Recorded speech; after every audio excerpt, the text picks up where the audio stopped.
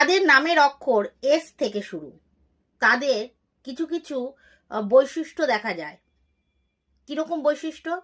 তারা খুব পরিশ্রমী হয়, তারা পরিশ্রমের দ্বারা জীবনে সাকসেস পায়।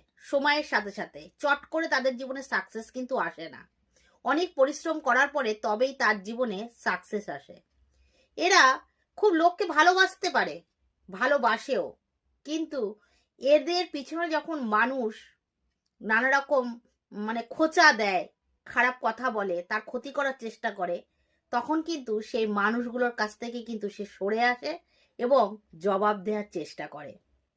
আর সে কি বলুন তো দেখি, এস যাদের নাম আছে প্রথম অক্ষর, তারা খুব দায়িত্ববান হয়, পরিবারের প্রতি দায়িত্বশীল হয়, খুব পরিবারকে খুব ভালোবাসে।